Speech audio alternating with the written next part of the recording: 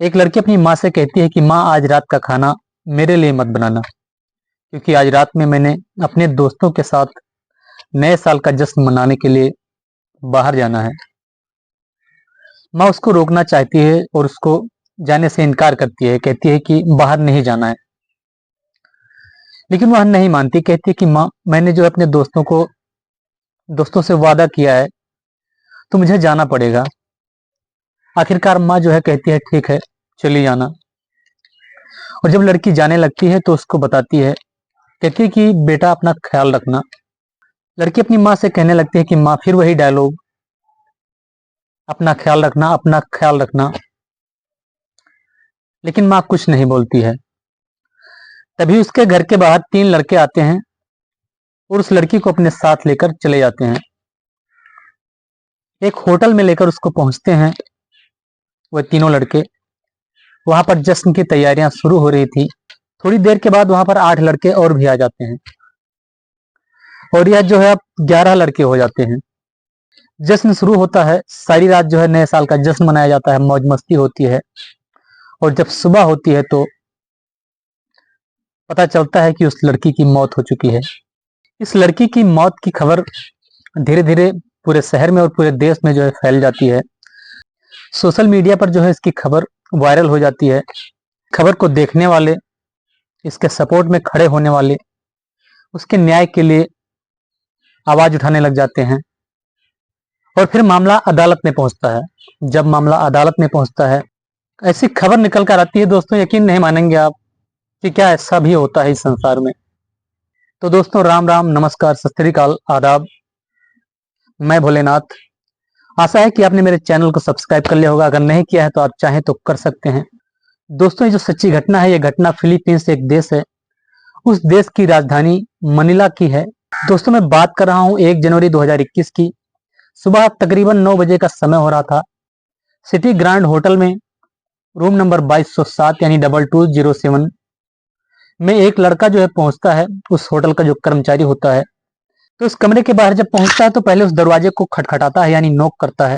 और जब कमरे के अंदर से कोई आवाज नहीं आती है तो वह धीरे से दूसरी तरफ यानी जिस तरफ बाथरूम था उधर चला जाता है। बाथरूम की तरफ वह जाता है जब तो देखता है कि बाथरूम में जो बाथिंग टब है यानी जिसमें नहाते हैं, उसमें एक लड़की ऐसे पड़ी हुई है, ना तो वह हिल रही है ना डुल रही है, आवाज देने पर भी नहीं बोल रही है। अब वह जोर जोर से चिल्लाना शुरू करता है और जैसे उसकी चीख निकलती है तो उस होटल के अन्य भी बहुत सारे कर्मचारी जो होते हैं, साथ ही जो प्रबंधक होते हैं यानी मैनेजर वगैरह, वह भी पहुंचते हैं। जिम्मेदार लोग जो होते हैं उस होटल के, वह भी पहुंचते हैं। तो उस लड़की की हालात देखकर सबको यकीन हो जाता है कि लड़की जो है शायद मर चुकी है। उसको तुरंत ही उठाया जाता है और वहां से नजदीक में ही एक मकाती मेडिकल सेंटर के नाम से एक सेंटर होता है, मेडिकल सेंटर, वहां पर ले जाया जाता है। वहां पर ले जाया जाता है तो जो डॉक्टर होते हैं उसकी नब्ज वगैरह टटोलना शुरू करते हैं, उसका उपचार शुरू करते हैं। तो डॉक्टर बताते हैं कि यह काफी समय पहले ही मर चुकी है, इसकी काफी समय पहले ही मौत हो चुकी है। और फिर यह खबर धीरे धीरे ना कि उस हॉस्पिटल में, उस होटल में, बल्कि पूरे देश में फैल जाती है। जहां एक तरफ पूरा देश जो है नए साल का जश्न मना रहा है, लोगों को नए साल की बधाई दे रहा है, वहीं पर दूसरी तरफ जो है उस लड़की की मौत की खबर सोशल मीडिया पर ट्रेंड कर रही है, वायरल हो रही है। खबर यह होती है कि एक 23 साल की लड़की जिसका नाम क्रिस्टीन डेकेरा होता है, उम्र 23 वर्ष की होती है। अपने 4 भाइयों में वह अकेली बहन होती है। पेशे से एयर होस्टेस की नौकरी करती थी वह फिलीपींस एयरलाइंस में। जब यह खबर फैलती है तो सबसे ज्यादा बदनामी उस होटल की होती है। और फिर इसके बाद जो है पुलिस अपना जांच पड़ताल करना शुरू कर देती है और सीसीटीवी कैमरा वगैरह की जब चेकिंग की जाती है तो उसमें देखा जाता है कि सारी रात जो है लड़के एक दूसरे के कमरे में आ जा रहे हैं। कभी उस लड़की के कमरे में कोई जा रहा है, कभी कोई जा रहा है, कभी वह लड़की किसी दूसरे के कमरे में जा रही है, कभी उसको गोदी में उठाया जा रहा है, कभी उसको किस किया जा रहा है। और साथ ही उस लड़की ने भी जरूरत से बहुत ही कम कपड़े पहन रखे होते हैं। यह खबर जो है जब सोशल मीडिया पर फैलती है तो लोग सोचने पर मजबूर हो जाते हैं। उनको यकीन नहीं होता कि आखिरकार एक लड़की के साथ 11-11 लोग, 11-11 लड़के सारी रात बिताते हैं होटल में। परिवार वालों को जब यह सूचना दी जाती है तो उनका भी रो रो कर बुरा हाल हो जाता है। परिवार वाले बताते हैं कि वह 4 भाइयों में सबसे छोटी और एक अकेली बहन थी। सबसे ज्यादा पढ़ी लिखी वही थी। सबसे साथ ही जो अन्य एयर होस्टेस होती हैं वह भी यही बताती हैं कि यह बहुत ही समझदार और बहुत अच्छी लड़की थी। जब यह खबर सोशल मीडिया पर वायरल होने लगती है इसके मौत की, लोगों को पता चलता है, लोग देखते हैं तो लोग जो है आवाज उठाना शुरू कर देते हैं कि जितना जल्दी हो सके कातिल को गिरफ्तार किया जाए। दोस्तों 11 के 11 लड़के भी फरार हो जाते हैं, लेकिन जब बाद में पुलिस उनको ढूंढना शुरू करती है तो 2-3 दिन के बाद जो है वह 3 लड़के जो उसको उसके घर से लेकर गए थे, वह 3 लड़के पकड़े जाते हैं। और कुछ दिन और भी उनकी जब जांच पड़ताल होती है, उनको ढूंढा जाता है, उनकी तलाशी होती है, तो बाकी के 8 लड़के भी पकड़े जाते हैं, यानी 11 लड़के पूरे हो जाते हैं। और जब उनसे इसके बारे में पूछा जाता है तो वह सबके सब लड़के एक ही बात बता रहे थे कि हम तो नॉर्मली उस होटल में पार्टी करने के लिए गए थे, क्या हुआ उसके साथ हमें इसके बारे में कोई जानकारी नहीं है। सबके सब लड़के एक ही जवाब देते हैं। और इसी बीच में जो है पोस्टमार्टम की रिपोर्ट आ जाती है। पोस्टमार्टम की रिपोर्ट में यह पाया जाता है कि इसकी डेथ जो है, इसकी मौत जो है नॉर्मली हुई है, सामान्य हुई है। इसके साथ कोई जो है ऐसी बात नहीं हुई, इससे घटना नहीं घटी है।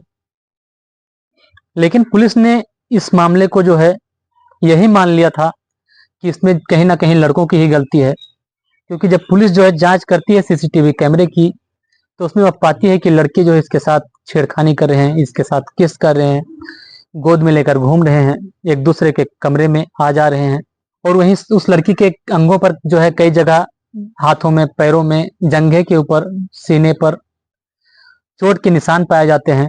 साथ ही इंसान के जो है सीमंस वगैरह भी उसके प्राइवेट पार्ट के पास पाया जाता है। तो इन सब जो है जांच के आधार पर जो है पुलिस यह तय कर लेती है या मान लेती है कि कहीं ना कहीं इन 11 लड़कों ने ही उसके साथ जो है दरिंदगी की है, उसका जो है दुष्कर्म किया है, रेप किया है। और इसके बाद जब उसने इसका विरोध किया होगा तो उसकी जो है मार मार कर हत्या कर दी होगी। और ऐसे में पोस्टमार्टम की रिपोर्ट और साथ ही पुलिस की जांच दोनों जब आमने सामने होती हैं तो एक सवाल खड़ा करती है इसमें कि आखिरकार सच क्या है। सच का पता नहीं लग पा रहा है। जो लड़की की माँ होती है, लड़की के जो परिवार वाले होते हैं, रिपोर्ट को, पोस्टमार्टम की रिपोर्ट को गलत साबित करते हैं, गलत मानते हैं, कहते हैं इसके साथ कहीं ना कहीं धोखाधड़ी हुई है, पोस्टमार्टम की रिपोर्ट को बदला गया है। वह पुनः ही जो है दबाव डालते हैं परिवार वाले कि जिस जांच अधिकारी ने पोस्टमार्टम की रिपोर्ट निकाली है, रिपोर्ट तैयार की है, उसको बदला जाए, उसको हटाया जाए और दूसरी पोस्टमार्टम कराई जाए।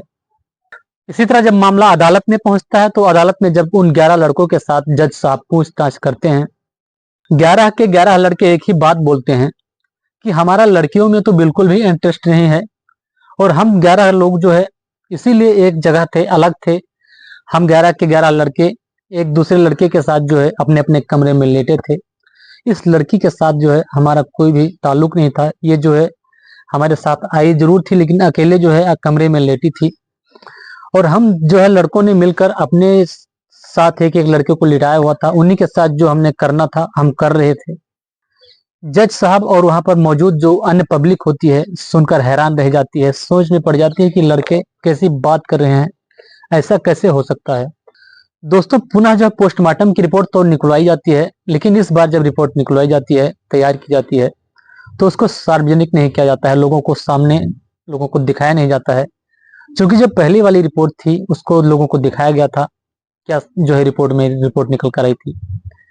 पुलिस जो है पुनः दोबारा से जो है उसकी जांच करती है, पूछताछ करती है उन लोगों से जहां जहां पर वह काम किया करती थी, जिनके साथ और जिनके पास जो है आया जाया करती थी। परिवार वालों से भी इसके बारे में कुछ पूछताछ करती है तो पता चलता है कि उस लड़की का जो है ब्रेन एन्यूरिज्म नामक एक बीमारी थी उस लड़की को। हो सकता है उसी चलते उसकी मौत हो गई हो, या फिर जो पोस्टमार्टम की रिपोर्ट में निकल कर आता है कि ज्यादा नशा लेने की वजह से, ज्यादा शराब, ज्यादा ड्रग्स की वजह से उसकी मौत हो गई हो। दोस्तों इतना कुछ होने के बावजूद भी जो है उस लड़की को इंसाफ नहीं मिल पाता। उस लड़की को जो है सच क्या है उसके बारे में पता नहीं चल पाता और आज भी जो उसकी माँ है अदालत के दरवाजे खटखटा रही है, शायद ही उसको कभी इंसाफ मिले, सच क्या है इसके बारे में पता चले। तो दोस्तों इस घटनाक्रम के बारे में आप क्या कहना चाहेंगे? मैं भोलेनाथ फिर मिलता हूँ एक और नई और सच्ची घटना के साथ। तब तक के लिए जय हिंद, जय भारत। अपना ख्याल रखें।